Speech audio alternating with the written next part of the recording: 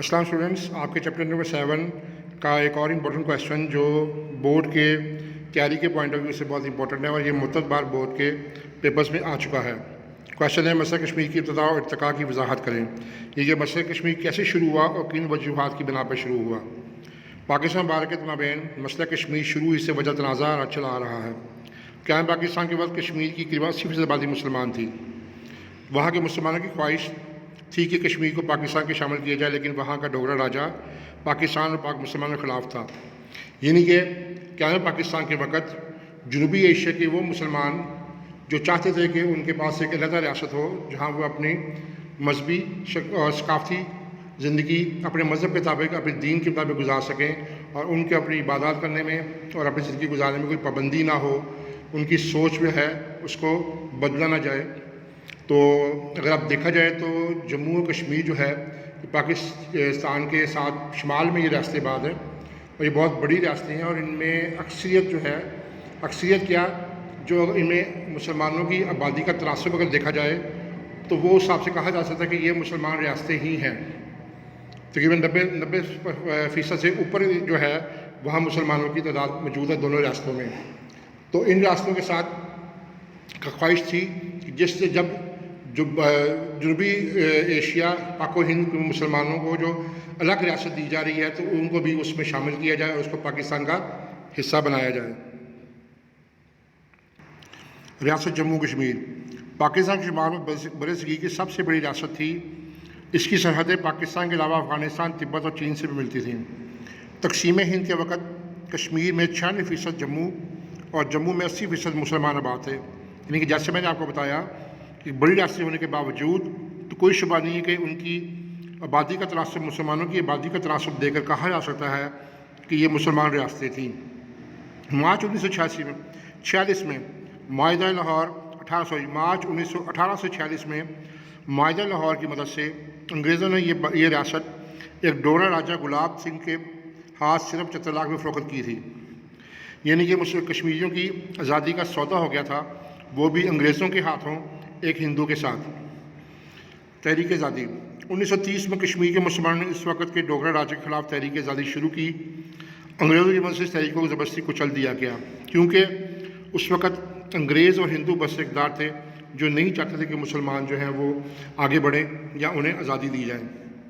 کشمیر اور پاکستان ریاست جموں کشمیر کے پاکستانی علاقوں کے ساتھ قدیم اور تاریخی جغرافیائی رابطے ہیں۔ پاکستان کی سرزمین کو سیراب کرنے والے اکثر دریا کشمیر سے نکلتے ہیں۔ مذہب اور اسلام کا روحانی تعلق کشمیری کو دنیا پاکستان کے ساتھ جڑے ہوئے ہے۔ قائد اعظم نے بجا پر فرمایا تھا کہ کشمیر پاکستان کی شہ رگ ہے۔ مسئلہ کشمیر کی سلامتی کونسل میں جب بھارتی فوجیں کشمیر مجاہدین پر کے قبضے سے علاقہ چھیننے میں ناکام ہو گئیں تو مزید ناکامی سے بچنے کے لیے بھارت یہ مسئلہ سلامتی کونسل میں لے گیا۔ بھارت نے یہ موقف اختیار کیا کہ کشمیر کا باقاعدہ الحاق بھارت سے ہو چکا ہے، اس لیے یہ علاقہ بھارت کا ہو چکا ہے۔ اسٹوڈنٹ جب تحریک آزادی چلی تھی اور اس کے بعد تو جو کشمیری اپنا مجاہدین ہیں، کشمیری کے لوگ تھے، نوجوان تھے، انہوں نے تقریباً 1/3 حصہ جو ہے وہ بھارتی فوجوں سے آزاد کرا لیا تھا۔ اس لیے بھارت نے دیکھا کہ اگر 1/3 حصہ ہم سے آزاد کرا لیا ہے تو یہ نہ ہو کہ پورا جموں کشمیر ہمارے ہاتھ سے نکل جائے، تو انہوں نے یہ مسئلہ سلامتی کونسل میں اقوام متحدہ میں لے گئے۔ کشمیر کا مستقبل پاکستان نے کشمیر کو بھارت کے ساتھ الحاق کا قانونی حیثیت کو چیلنج کیا اور سلامتی کونسل کو حقیقت حال سے آگاہ کرتے ہوئے وزیر اعظم زور دیا کہ کشمیر کا مستقبل فیصلے کا حق جو ہے وہ ہندو راجوں کو نہیں بلکہ وہاں کی عوام کو ملنا چاہیے، اور اس قرارداد کو اسٹوڈنٹس سلامتی کونسل نے منظور کیا اور جس کے اوپر ابھی تک بھارت اور دیگر ممالک جو ہے عمل درآمد نہیں کرا سکے، بلکہ اقوام متحدہ کا ادارہ جس نے یہ قرارداد پاس کی تھی وہ بھی اس کے اوپر عمل درآمد نہیں کرا سکا، کیونکہ سب جانتے ہیں اگر کشمیریوں کو حق راہی یا حق ثواب راہی دینے کا حق دیا گیا تو اس کا فیصلہ جو ہوگا وہ پاکستان کے حق میں ہوگا اور وہ ہندوؤں کے ہاتھ سے نکل جائے گا۔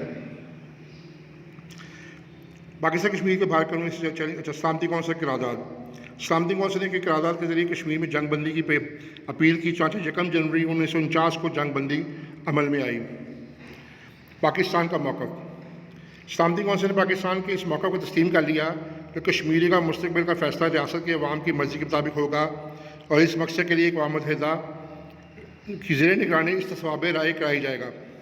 سلامتی کونسل کی اس قرارداد کو پاکستان اور بھارت دونوں نے منظور کر لیا اور جنگ بند ہو گئی، اور جنگ بندی کے خلاف ورزیوں کو روکنے کے لیے اقوام متحدہ نے جنگ بندی لائن کی نگرانی کے لیے مبصر قائم کیے، یعنی کہ وہاں پر کچھ ایسے لوگوں کو تعینات کر دیا گیا جو اس بات کا فیصلہ کریں گے کہ آیا کون سا ملک جو ہے وہ جنگ بندی کی خلاف ورزی کر رہا ہے اور کس نے اس میں پہل کی تھی۔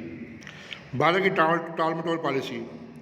پاکستان نے کشمیریوں کے مسئلے کو اتنے اچھے طریقے سے اقوام متحدہ میں پیش کیا تھا کہ اقوام متحدہ پاکستان کے اس موقف کی حمایت کرنے